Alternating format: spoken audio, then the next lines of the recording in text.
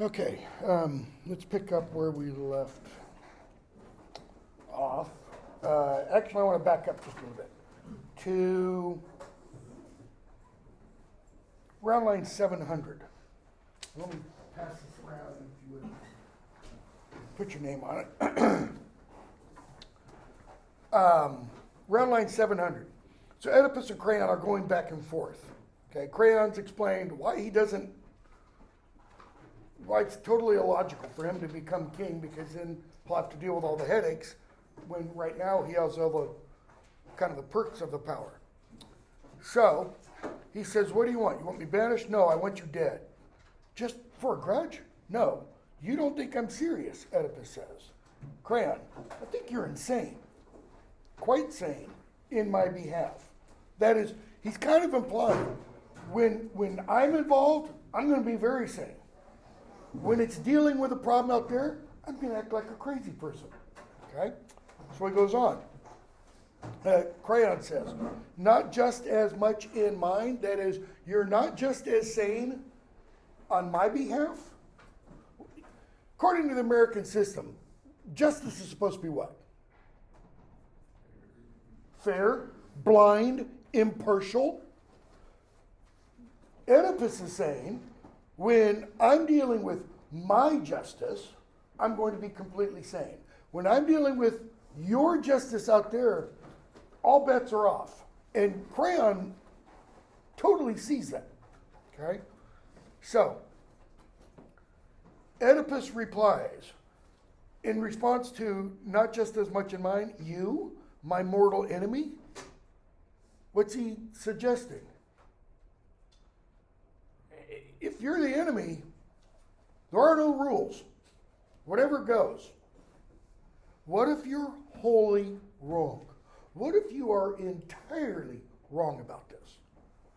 No matter. I must rule.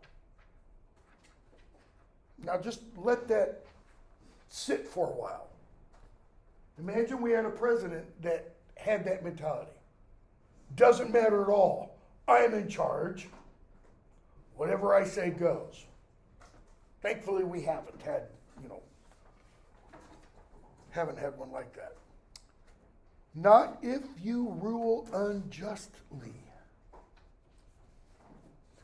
Creon's point is, if you're going to rule, you have to be just. You have to be impartial. Okay? Oedipus says, hear him, Thebes, my city. My city too. Not yours alone. My country too. The leader, please, my lords, what does the leader see happening? Why does the leader try to get them to settle down? These are two of the most powerful people. What happens if they really go at it, loggerheads? Civil war. Jocasta comes in. This is, if you're using the book, this is on 1144 in the book. Jocasta comes in. And the leader says, look, Jocasta's coming just in time. With her help, you must put this fighting of yours to rest. Okay? Now, this is our first instance of meeting her. She comes in, and look at what she says and how she says it. Have you no sense? Poor misguided men, such shouting. Why this public outburst? Aren't you ashamed, with the land so sick, to stir up private quarrels? And then she turns to Oedipus, looks at him. I would, if I were directing, have her point at him. Maybe even thump him on the chest. You, in the palace, now. Who does she sound like? Mom. I'll take care of you later. Okay? Creon, go home. Why make such a furor over nothing? In other words, what is Jocasta showing us?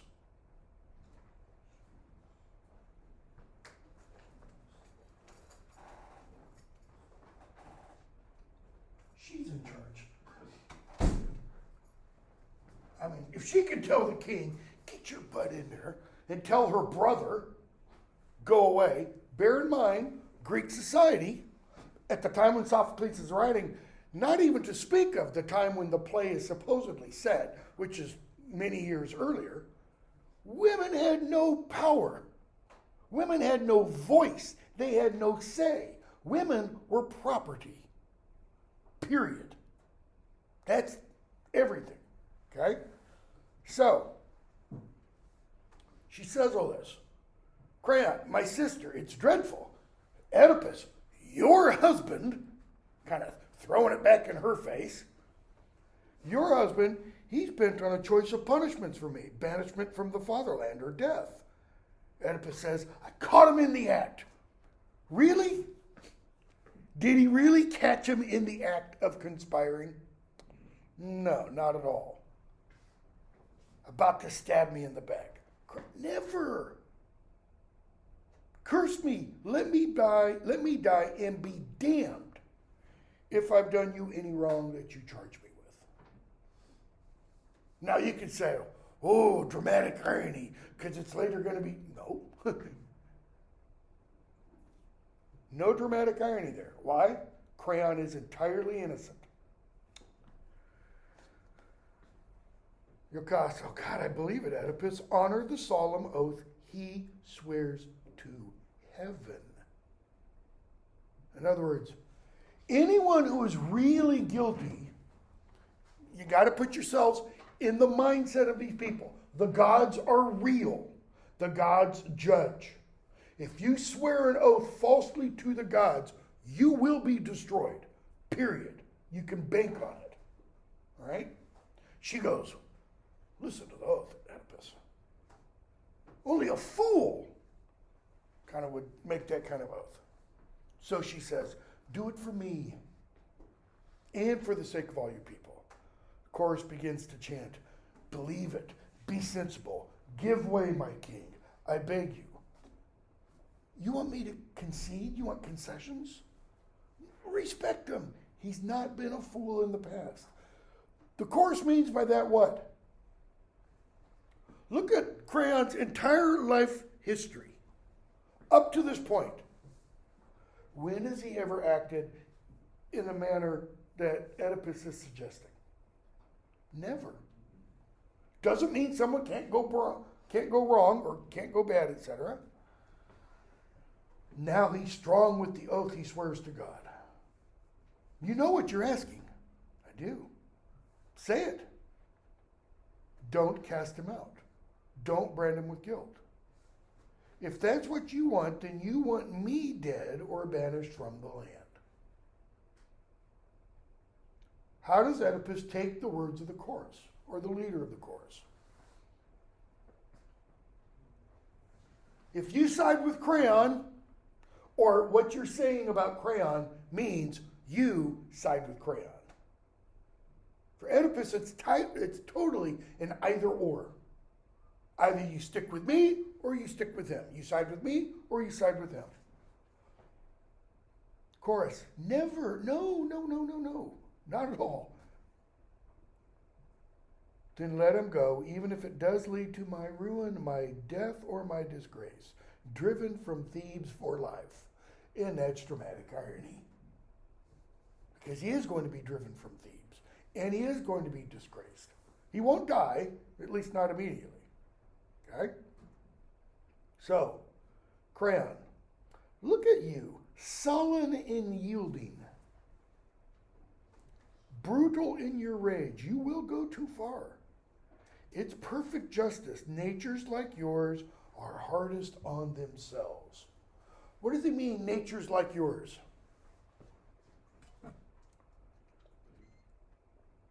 What can Oedipus never do? Okay, maybe tell the truth. What can he not admit? Let me put it that way. That he's wrong. He can never admit he's wrong. Because what does that say? To admit you're wrong means you do what to yourself in front of others? Take accountability. You humiliate yourself. You put yourself beneath others when you do that. Okay? Oedipus, get out of here. Just leave. Creon, I'm going, but these men know I'm right.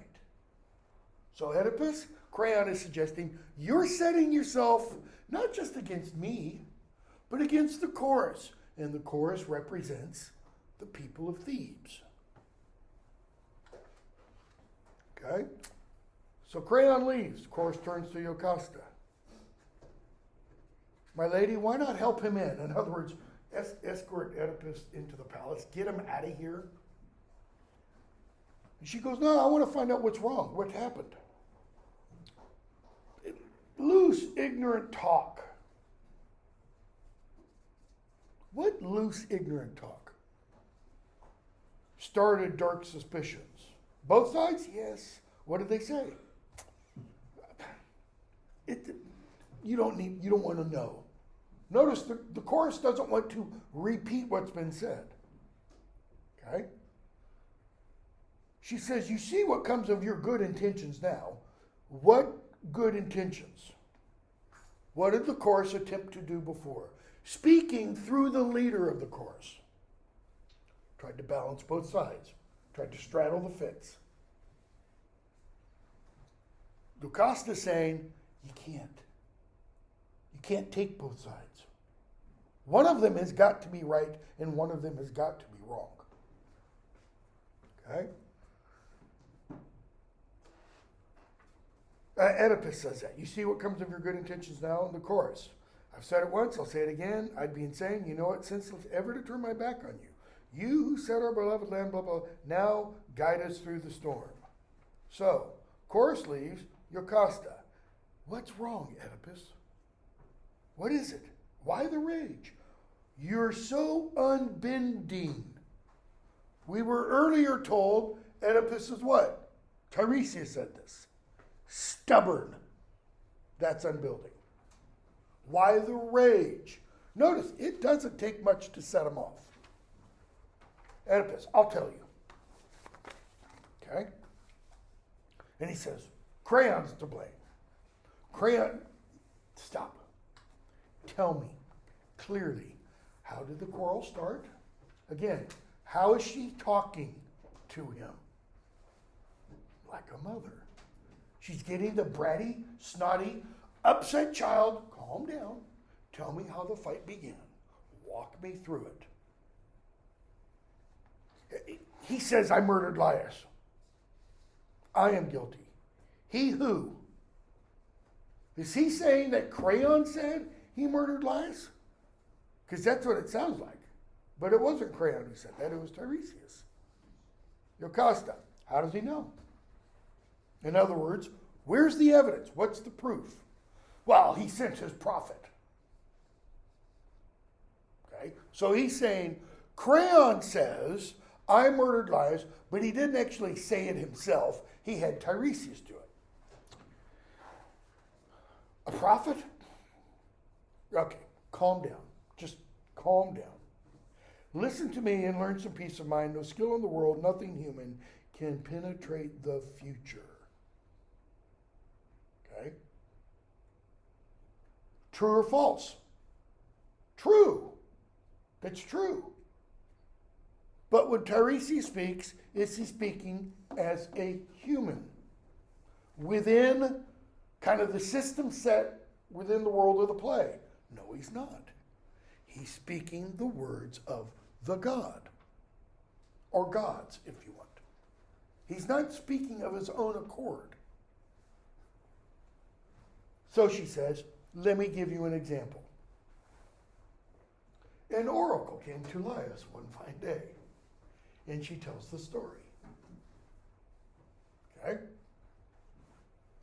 Talks about doom would strike him, our son would marry me, etc., etc. So, when he wasn't even 3 days old, we bound his ankles, we had him taken to the mountain and left. See? Prophecy said, and the baby's dead. Apollo brought neither thing to pass. My baby no more murdered his father than Laius suffered a death at his own son's hand. So, Oedipus. Strange hearing you just now. My mind wandered, my thoughts racing back and forth. Why? What does he mean? Strange hearing you now, my mind wandered, my thoughts racing back and forth. He hears her say those words, and what does his mind do? I've heard something like that before. And so his mind, his thoughts race back to when he went to the Oracle of Delphi himself. And forth to now, and back to the words she just said. Because they're pretty much a perfect match. She received the same oracle he received. Does that mean proof? No, because what's the problem? Jocasta not his mother. Laius isn't his father. He ran away from his mother and father. What do you mean? Why so anxious? Startled. Notice, that is stage direction. When Oedipus says, I thought I heard you say that my mind wandered back and forth, etc., strange. He's got a worried look on his face.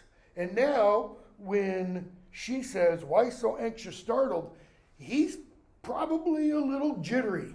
He's moving around. His hands are shaking. What has just begun?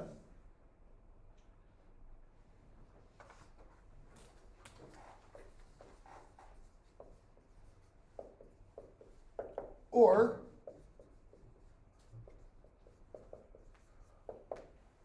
anagnoresis or recognition. Begun. He's just had a glimmer of light show up in the blindness of his mind. Okay? So,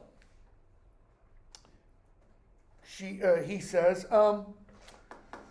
you said Laius was cut down at a place where 3 roads meet? I didn't read that part, but that was in what she said. Okay? Back up, 789. Laius, so the report goes at least, was killed by strangers. Again, plural. Okay? Thieves at a place where 3 roads meet. My son, he wasn't 3 days old, etc., etc. When they had him killed. So, you said Laius was killed at a place where 3 roads meet. She goes, yeah, that's what we heard. Where? In other words, name the roads. Be precise. A place called Phagles, where 2 branching roads, one from Dahlia, one from Delphi, come together. A crossroads. So, like this. Let's say this is Thebes. This is Dahlia. What's the other one? Lost my place. Phagles, Dahlia, Delphi. This is called Phagles, Delphi. Okay? And Thebes is where the 3rd road goes to. Where the 3 meet is the place called Phagles. Focus, Focus, is what that is in modern English. Focal point. Everything zeroes in there. Okay? I'm pretty sure that's where the modern English word comes from. So,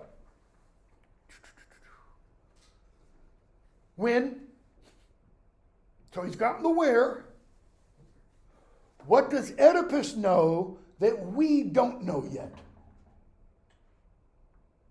We're going to find out shortly.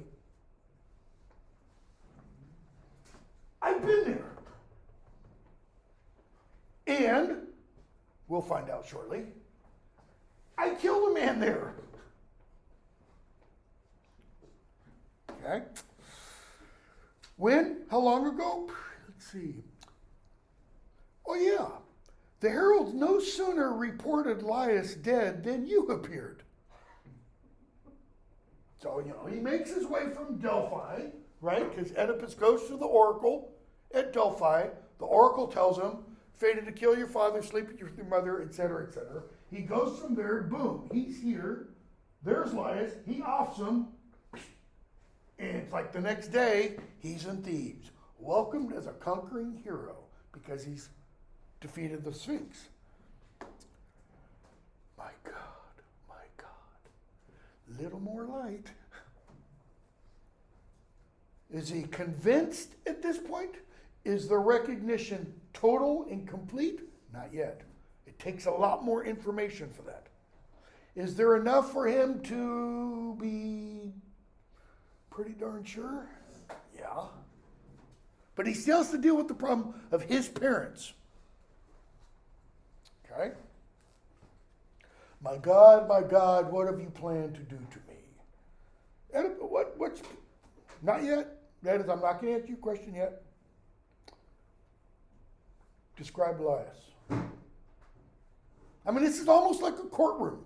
She's in the witness stand, and he's saying, more information. Why? This is just data. And it's all data that's going to prove one thing. Describe Laius. Had he reached his prime? Swarthy, Greek. Okay, so kind of, dark olivey skin. Swarthy. Gray had just begun to streak his temples. Built, come to think of it, Oedipus, looks kind of like you.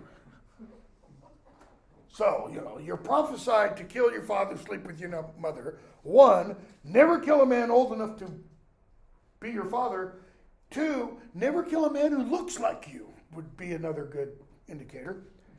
Oh no, I think I've just called down a dreadful curse upon myself. I simply didn't know. What is Oedipus's excuse, if there is one? I didn't know. See, tragedy, Aristotle provides a strict kind of definition of tragedy, all right? I'm going to give you another one. I think it's mentioned in your book. I'm going to give you another one that really works. It applies to every tragic piece of literature.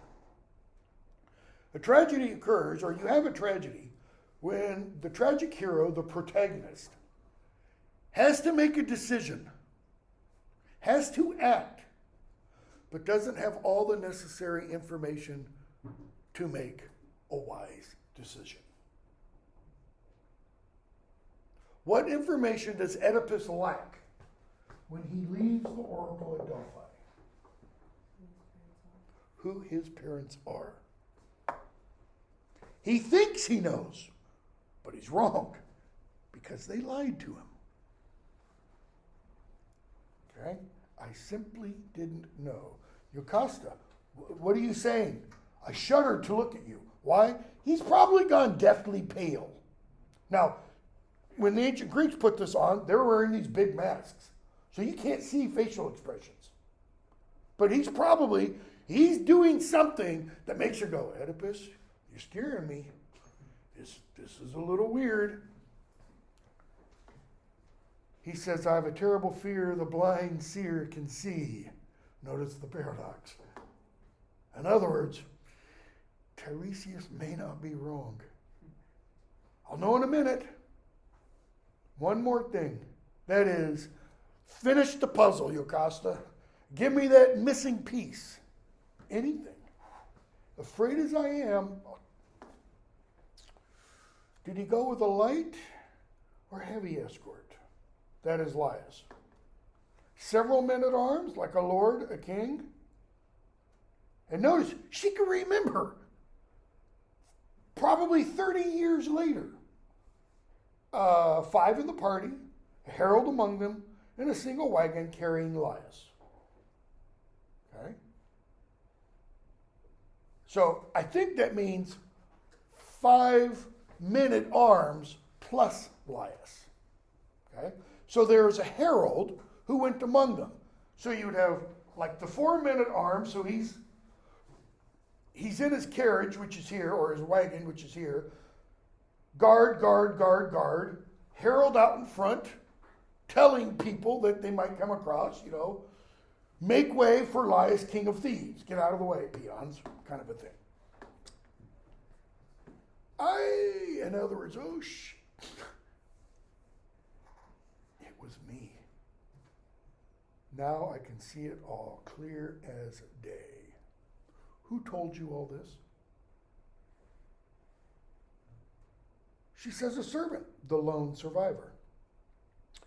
Is he still in the palace? I want to talk to him. Oh, no. She says, soon as he returned home and saw you, he asked if he could serve, like, in Fairbanks to get as far away from thieves, as possible.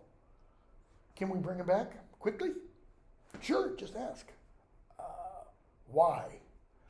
I'm afraid I've said too much already. I've got to see this guy. In other words, I need more info. She says, okay. Tell me what's torturing you. And so he says. And what do we get? We get more backstory. We get more exposition. Now bear in mind, Sophocles' original audience knows all of this already. Okay? So he tells her his story. Kind of interesting. They've been married for 20, 30 years.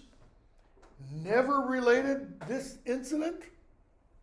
Usually when, if you've been married for a long time, my wife and I have been married coming up on 37, 38, whatever years, you kind of know most of the stuff that's happened in that person's lifetime. It's like Oedipus was totally,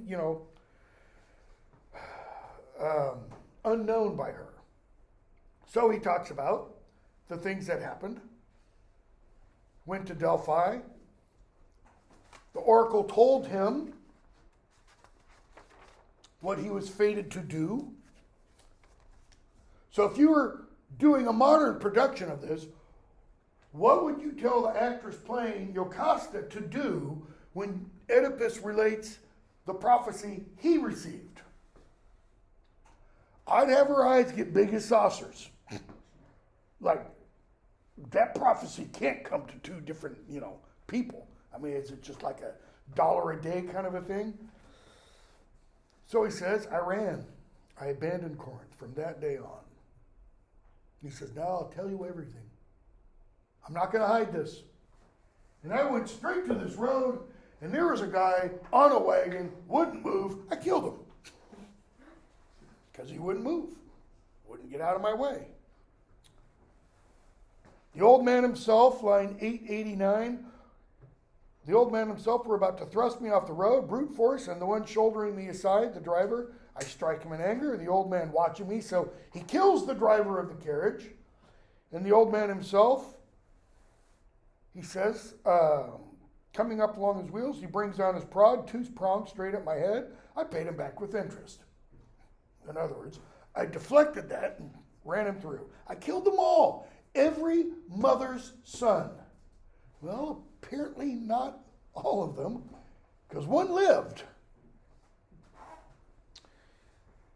And if there's any blood tie between Elias and this stranger, what man alive more miserable than I? See, what does Oedipus think at this point he's guilty of? Possibly being the murderer of Elias. He says, if this guy was Elias, then I'm the most miserable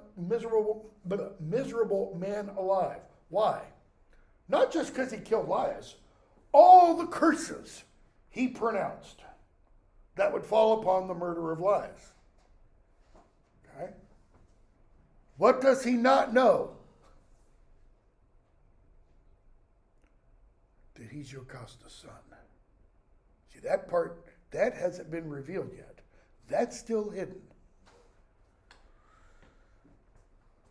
More hated by the gods, I am the man, no alien, no citizen welcomes to his house, law forbids it, blah, blah, blah. That is, all the words I said are going to fall on me. Okay? 9, 9, 10. Now look back up. 906. And all these curses no one but I brought down these piling curses on myself. In you, his wife, I've touched your body with these. Holds out his hands. The hands that killed your husband cover you with blood. See, he's repulsed by that. Just wait till he has full recognition. Wasn't I born for torment? Look me in the eyes, I am the abomination, I must be exiled, blah, blah, blah. Okay? Line 914. Else I am doomed to couple with my mother and cut my father down. Polybus, who reared me, gave me life. Why? Wouldn't a man of judgment say, wouldn't he be right that some savage power has brought this down upon my head? What does Oedipus mean there?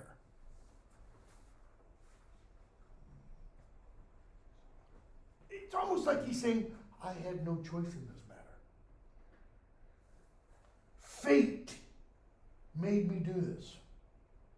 And if you accept the Greek notion of fate, what does that imply? None of us has free will. We might think we do. We might think we're making choices. Nope. Those choices were made for us long before we were born by fate out there. So everything that happens to you, according to this notion, is fated to occur. The clothes you wore this morning, fate. So if that's the way the world works, is anyone responsible for his or her own actions? No, not at all. I'm not a mass murderer. Fate made me do that, kind of a thing. Okay?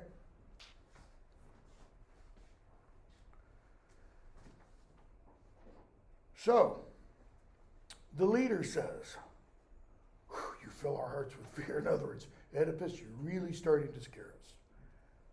But take hope until the witness comes. Maybe you aren't the one. He goes, you're right, that's my last hope. Jocasta, and once he appears, then what? What are you going to do then? Well, I'll tell you, I'm going to ask him questions. And if his story matches yours, then I'm free. Why?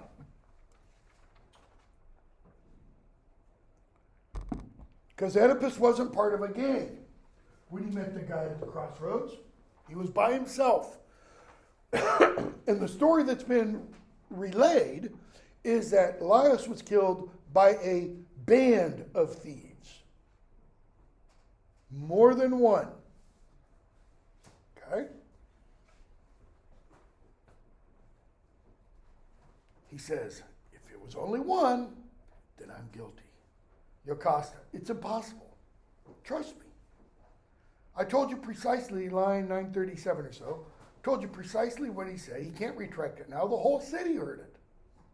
So if he comes in now and says, oh, no, there was only one person, he, the old messenger, is going to pay for it. Okay? So, she goes on and says, and even if he should change his report a little, still, my lord, he could never make the murder of Laius truly fit the prophecy. Why? Apollo was explicit. My son was doomed to kill my husband. My son, poor defenseless thing, never had a chance to kill his father. They destroyed him first. Notice, not we destroyed him first. What might Jocasta kind of be indicating with they? This is my baby. This is my son. They killed him. Not me. It's like, I didn't agree with this course of action. Okay? So much for this prophecy.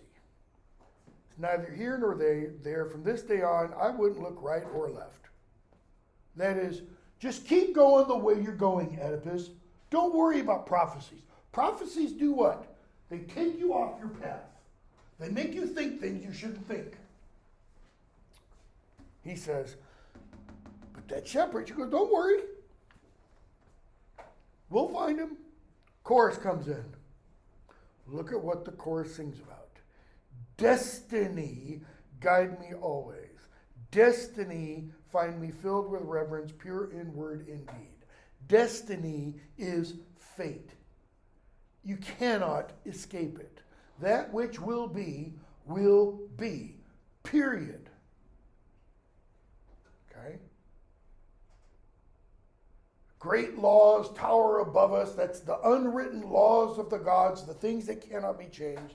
And then they go on, line 963. Pride breeds the tyrant, violent pride, gorging, cramming to bursting with all that is overripe and rich with ruin, etc. Pride does what? Put it in a biblical context, pride goeth before fall. You get so full of yourself, you end up tripping. Okay? But if any man comes striding, 973, high and mighty in all he says and does, no fear of justice, no reverence for the temples of the gods, let a rough doom tear him down. Is the chorus setting Oedipus up verbally for the fall that's about to happen? Yeah, it kind of is. It's preparing the audience. All right? So, chorus finishes its words, and Jocasta comes in.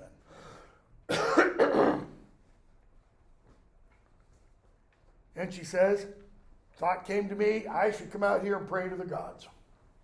Why? Oedipus is inside, beside himself. Think of what that phrase literally means. Here's Oedipus, and he's beside himself. In other words, Oedipus is not in his right mind. Oedipus is divided. Okay?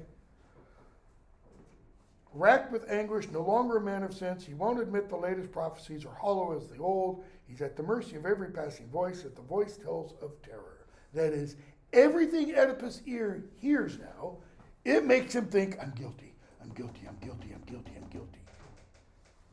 Okay? So a messenger comes in and says, can somebody lead me to the palace of the king? I think his name's Oedipus. Or to him himself. Leader, this is his palace. Here is his queen, his wife and mother. End of line, gone to the next half line of his children. See, I kind of think when Sophocles wrote that, he wanted the character to say, yeah, here's his wife and mother, pause, of his children, because the audience would probably start snickering at that point. Okay? Messenger, good news for you and your husband. Really? Who sent you? Corinth.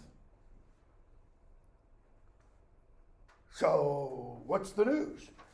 They want to make Oedipus king of Corinth. Well, you know, he's already king of Thebes, so. She says, why? Old Polybus still in power? Yeah, he's dead. King's dead, law of primogeniture, eldest son becomes king. So she goes, go get Oedipus. This will cheer him up, right? Your dad's dead. You prophecies of the gods, where are you now? In other words, this is what's going to cheer him up. Oedipus has been in Thebes all this time. He didn't kill his father. If he didn't kill his father, screw the Oracle at Delphi. It's wrong. Okay, so what is Jocasta kind of doing here that's dangerous? If you, Apollo. you don't know the future either. Your prophecy is wrong. I mean, essentially, I'm sure if Apollo were to appear, as he does in many Greek plays and stuff, and say, what was that? No, not you personally. Tiresias, he lied. He said that you said, trying to redirect Apollo's ire at Tiresias. Okay? Doesn't literally happen, but that's kind of the... This is the man that Oedipus feared for years. That is, the king of Corinth. He fled him, not to kill him, and now he's dead. Oedipus comes in. He goes, why'd you call me from the palace? She goes, shh, sit down, listen. Okay? The messenger, Polybus, is dead and gone. How? Notice what first goes into his mind. Murder? Somebody else won his job? Sickness? A light tip of the scales put old bones to rest. He was old. So, okay, so sickness, poor guy. So Oedipus goes, so Jocasta, why look to the prophet's hearth? The fires of the future. Oedipus now says, the prophecy was wrong. That was my doom, the murder of my father. Look, he's dead, buried, hidden. I'm here. Not my fault. Whew. Big weight off his shoulders. Didn't I tell you from the start? Yeah, you did. So, sweep it from your mind. But he's still thinking what? Okay, so I'm not going to kill my father and sleep with my mother. Free of that problem. I might still be a murderer of Elias. Still got that one. That's why he says, but my mother's bad. I got to.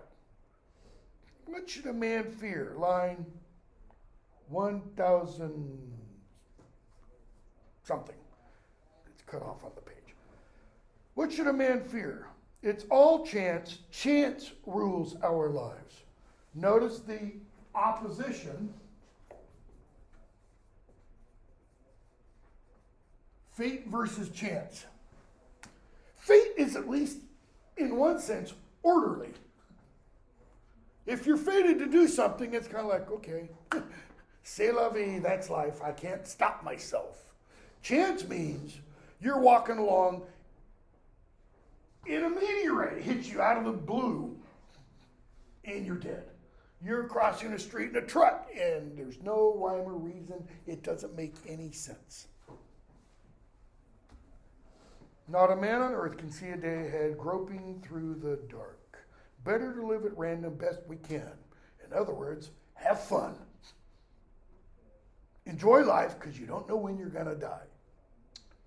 And as for this marriage with your mother, don't worry about that either. Freud, the next couple lines, bases so much of his psychoanalysis, psychoanalytical theory, upon this passage. Many a man before you in his dreams has shared his mother's bed. Take such things for shadows, nothing at all. It's from that he comes up with the Oedipus complex. The Oedipus complex is every man wants to replace his father in his mother's bed. There's another play by Sophocles, I think it's Sophocles, called Electra. And from that one, he comes up with the Electra complex. Every woman wants to replace her mother in her father's bed. So, both sexes, totally screwed up, mentally, psychoanalytically or psychologically. So she says, take such things for shadows, nothing at all. They don't mean anything. The only problem is, if you think about shadows, and we're going to see this more when we get to Shakespeare's Midsummer Night's Dream. Can shadows exist by themselves? No, they can't. Why not? Something is blocking the light. So you have the shadow down here. That means there has to be an object up here, and there has to be a light source up here that shines down, and it's the object that causes the shadow. So Take these things as but shadows, meaning nothing. The problem is, well, if they're shadows, then there's something behind them, which does mean something. Okay? And that's where Freud goes. So, live, Oedipus, as if there's no tomorrow. There's an ancient Greek saying that Paul quotes somewhere in the New Testament. Today let us eat, drink, and be merry. I think it was the Spartans who said this. Why? For tomorrow we die. Party hardy today. We're going to talk in a while, when we get to poetry, about the carpe diem genre. Anybody know what it means? Seize the day. Why? Because you don't know that you have tomorrow. So, that was 8:46. Brave words, and you'd persuade me if mother weren't alive, but mother lives, so I got to stay away. Because why is the messenger there? We want you to be king. And Oedipus is like, no, I don't want to go back to Corinth because something weird may happen and I'll end up in bed with mom. Okay? He goes, yeah, I know about dad being dead, but... Okay? So the messenger says, wait, what? You're afraid of that? That's why you heard a prophecy that said you're going to kill your father and sleep with your mother, and that's why you left Corinth? He goes, duh. Wouldn't you leave too? Messenger, well, I can calm all your fears then. My boy, 1105, it's clear you don't know what you're doing. Notice he calls him my boy. Oedipus has got to be at least 25 or 30 years old because of how old his eldest sons are. This is an indicator the messenger is really old. What do you mean? If you ran from them, well, of course, terrified of the oracle, you'd be covered with guilt. That's right. Don't you know? No, he doesn't. And that's the problem. One of Oedipus's problems, if you want to translate that hamartia into fatal flaw, one of his fatal flaws, because he has more than one, is Oedipus has to know. He has to know everything. He can't let something just lie. Polybus was nothing to you. Not in blood. What are you saying, 11:14? Polybus was not my father, no more than I am. He and I are equals. Well, he's a messenger. He's not the king. That's why Oedipus says, how can my father equal nothing? Oedipus is telling, you are nothing. And the messenger says, you are nothing to me. Messenger, neither was he. No more your father than I am. Then why did he call me his son? You were a gift. I gave you to him. I remember the day, He's an old guy. Or he's at least 20 or 30 years older than Oedipus. Let's assume Oedipus, I think it's safe to say, Oedipus is 30. The messenger's at least 50. He's probably more like 60. Wait, you? He took you from he said, well, from another's hands. How could he have lived? He says, true, years without a child made him love you all the more.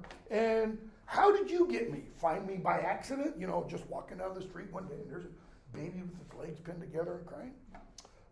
I found you on the flanks of Mount Kithaeron, the mount that Tiresias said would hear your screams earlier. What were you doing? Watching over flocks, grazing on them. You were a herdsman? Yeah. Vagabond, scraping for wages. In other words, you were a homeless person, a bum, you didn't have a job. He says, no, I was also your savior. In In other words, shut your mouth, you little brat. Was I in pain? Look at your ankles. Really? You got to remind me of my deformity, I've had it from the cradle. No. Oedipus thinks he was born that way. Okay? Who did this to me? The one who gave you to me, he'd know more. Wait, you took me from? Mm-hmm. Who was he? Servant of, let's see, what was that guy's name? Servant of Laius, that's right. Servant of Laius. Jocasta turns sharply. Why? Oh, shh. And just draw that word out as long as you want. Why? Because Jocasta has just experienced recognition, not just a little bit. It's total incomplete. She knows 100%.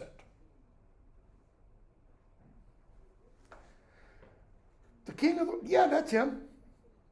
Is he still alive? That is the herdsman? You're the king of Thebes, you tell me. Oedipus and the messenger turn to the chorus. Anyone know if that herdsman? I think that's the guy you sent for. The messenger. The one who told us about Laius being Oedipus. Jocasta, do you remember the guy? Do you know his name? Why ask? Old shepherd talk, empty nonsense. Just don't give it another thought. Kind of like she goes, Oedipus, this is not the herdsman you're thinking of. Damn, that Jedi magic doesn't work on her. Stop in the name of God. What has she just done? That's an oath. That's an oath. If you love your own life, call off this search. My suffering is enough. What does she mean by my suffering is enough?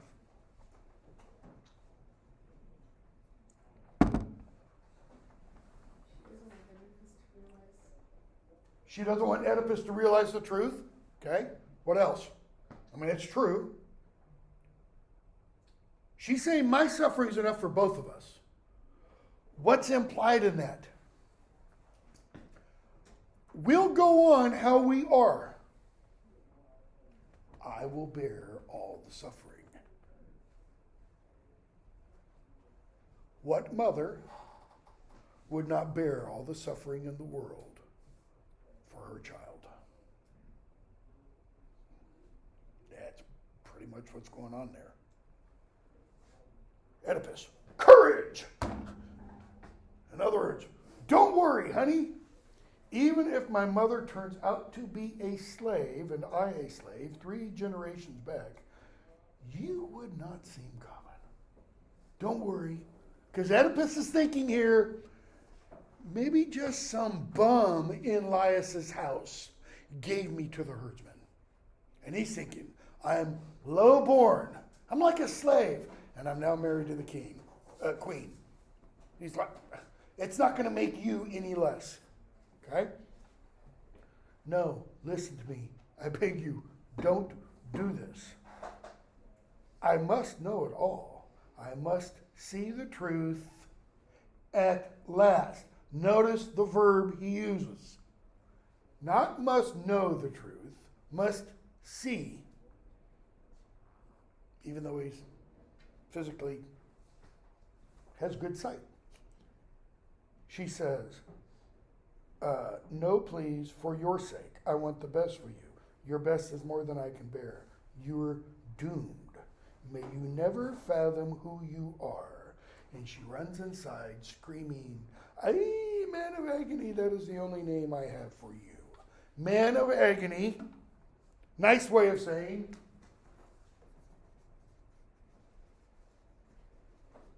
protagonist, chief sufferer. If there was ever a man of agony, it's Oedipus. Okay, we'll stop there. We'll finish Oedipus on Monday. Start reading Antigone. We're going to go ahead and include it. I'll just drop some poems later on. We're going to be so far behind as it is. Doesn't really matter.